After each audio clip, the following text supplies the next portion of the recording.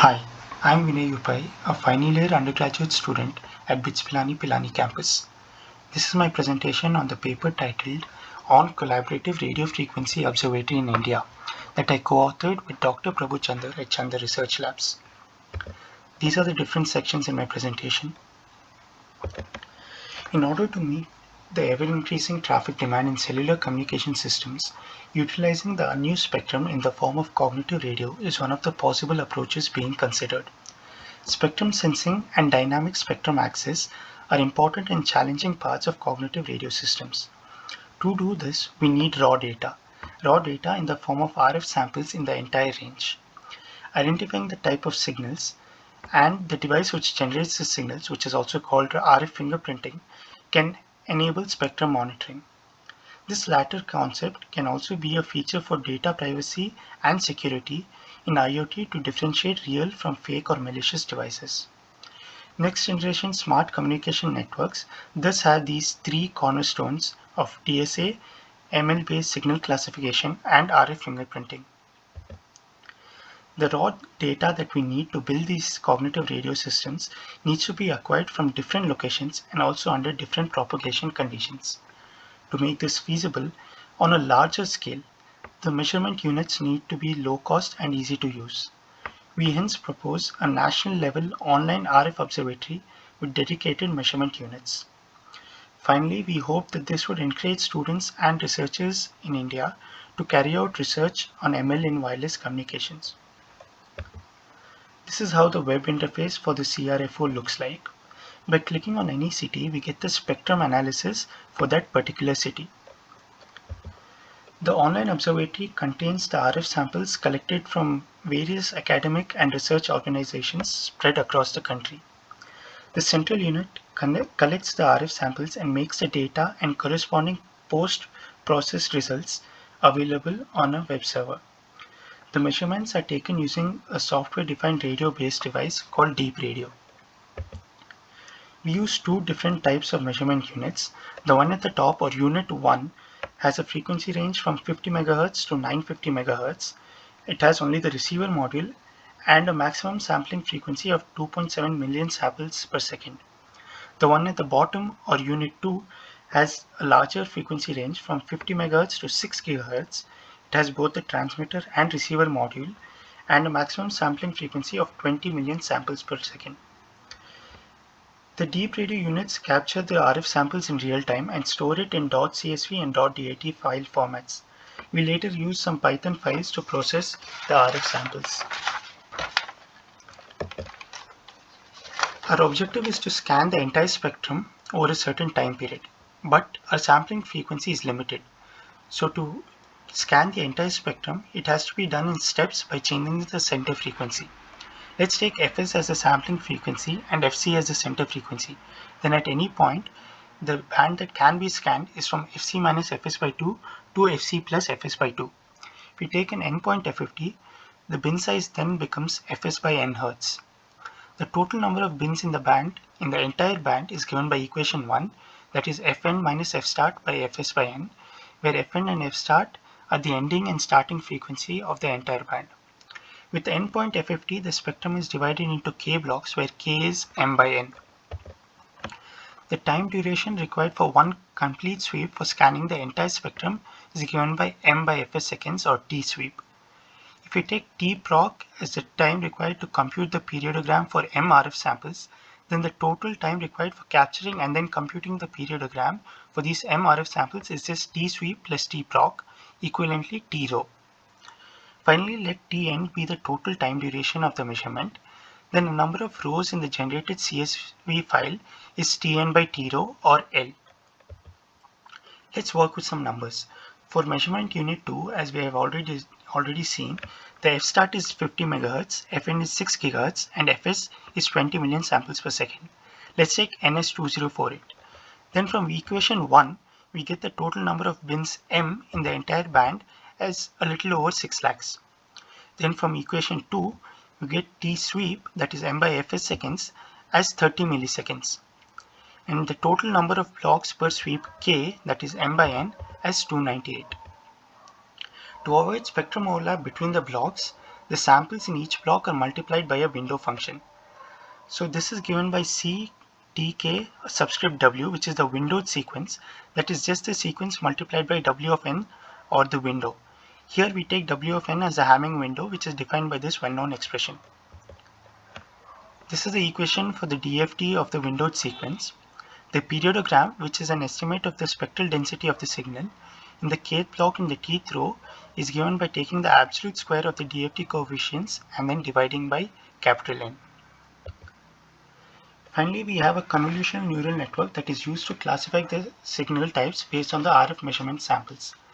Currently, the CNN classifies the signal as one of four types: GSM, LTE, wideband frequency modulation or WFM, and others, where others may include DVB signals or digital video broadcasting signals, wireless LAN signals, jamming signals, etc.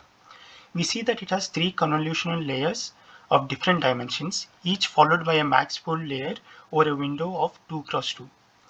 The activation in all these convolution layers is rectified linear unit, or ReLU. Finally, there is a flattened and fully connected dense layer of size 128 and ReLU activation, followed by a softmax dense layer of size 4, which gives the 1/0 encoded output. Coming to the frequency allocation in India, first the DVB band, which uses the 470 to 790 MHz spectrum. There are 70 DVB channels, each with a bandwidth of 6 MHz. To get the lower edge and the upper edge, we can use these two expressions, where we substitute x from 21 to 90 to get the lower and upper edge for the 70 DVB channels. GSM uses frequency division duplex and a combination of time division and frequency division multiple access for serving multiple users. The downlink and uplink frequency bands are divided into 125 channels each with a bandwidth of 200 kHz.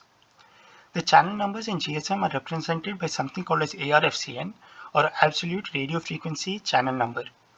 The ARFCN and GSM frequency bands in India are given in this table for both the GSM 900 and 1800 band. Coming to 4G, this table lists the FDD and TDD frequency bands for 4G services in India, where each band is represented by its number 3, 5, 40 and 41. Finally, in wireless LAN, to get the center frequency for channel numbers from 1 to 13, we can use this expression, and the center frequency for channel 14 is 2486.5 MHz. In the 5 GHz band, the center frequency varies from 5035 to 5980 MHz with 10, 20, 40, 80 and 160 MHz bandwidth.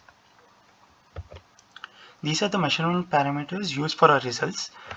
As you can see, for unit 1 and unit 2, the only thing that differs is sampling rate and the end frequency. The starting frequency is the same. The measurement duration is for 1 day. The FFT length is taken as 2048. The bin size comes to be 10 kHz and the antenna is placed inside the building. This figure shows a spectrogram with center frequency 938.8 MHz over 30 millisecond duration. And we observe that GSM channel 19, which is 938.8 MHz, channel 22, which is 939.4 MHz, and channel 23, which is 939.8 MHz, are active during the time of measurement. This table shows the summary of measurement results with active and inactive spectrum in the DVB and GSM 900 bands. So currently in the CRFO, we are taking the RF samples from these 10 locations.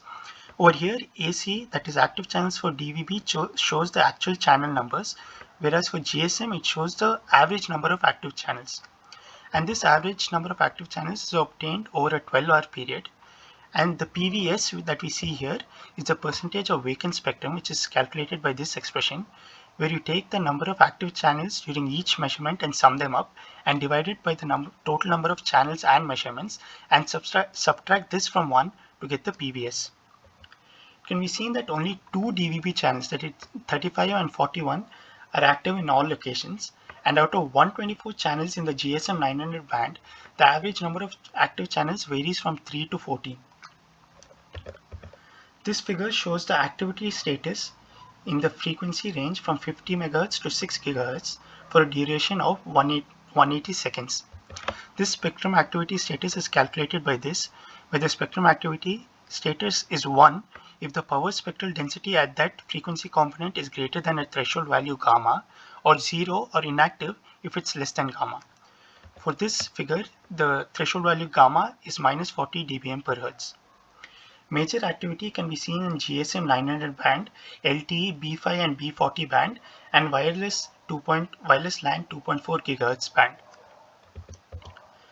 This figure shows the percentage of occupied bandwidth in different bands over the period of 15 minutes, whereas this shows the percentage of occupied bandwidth in the 883 MHz and 2.3 GHz LTE band, GSM 900 band, and 2.4 GHz wireless LAN band for a period of 15 minutes. This percentage occupied bandwidth or active spectrum is calculated with this expression, where we just sum the spectrum activity status values over the desired frequency set and then divide it by the cardinality of the desired frequency set. In this figure, we can see that the wireless LAN and LTE bands are highly occupied compared to the GSM bands, whereas in this we can see that the percentage of active bandwidth varies from time to time due to varying traffic conditions. Finally, we see the confusion matrix for the CNN model that is used in our work. The well-defined diagonal in this plot implies a high degree of correct classification of the signal types. It is also seen that around 40% of WFM signals are being classified as LTE, which can be justified because the LTE base stations are much more closer to the measurement unit when compared to the FM stations. Some observations that we have from the above results. In the GSM 900 band, very few channels are being used, which isn't surprising because currently most of the calls are being handled by LTE base stations. Also in rural and semi-urban regions such as Shimla, Chirala and Rourkela, the number of active channels is high when compared to urban regions such as Delhi, Chennai and Bangalore. The only active LTE transmission is in the 850 MHz band, which is centered around 883 MHz. The bandwidth is 10 MHz in some regions and 5 MHz in other regions. In all locations, DVB has a maximum of only 4 channels being used. This indicates that there is enormous amount of vacant spectrum in the DVB band that can be allocated for cellular service such as 4G and 5G. In many cellular bands, the active spectrum is well below 50%. So this spectrum can be shared between primary and secondary users. In cognitive radio-based systems, by learning the pattern, interference between this primary and secondary users can be avoided. It is also seen that many wireless LAN bands are vacant. So we can use these vacant bands for private 4G and 5G networks. But this is easier said than done because appropriate planning is required to ensure that there is no interference between these two different technologies. To tackle such situations, ML-based algorithms for DSA and interference prediction will play a crucial role. Finally, we conclude that in this paper we detailed the national level RF Observatory for collaborative R&D of wireless systems in India. The initial results show that a large amount of spectrum is underutilized, especially in the DVB and GSM bands. It's also seen the percentage of bandwidth occupied in many cellular bands is low, which suggests that the underutilized spectrum can be shared between different cellular operators and primary and secondary users in cognitive radio systems. CNN-based signal classification performed on the real-time RF samples gives us some interesting insights towards the possibilities for successful deployment of private 4G 5G networks along with cognitive radio systems. For the future work, we hope that we can get more number of measurement locations which will be added to contribute to the observatory. We also expect that this will create an interest among the student and research community to participate in the research and development in wireless domain and further speed up the research on ML-based applications in 5G and beyond wireless communication systems. Thank you.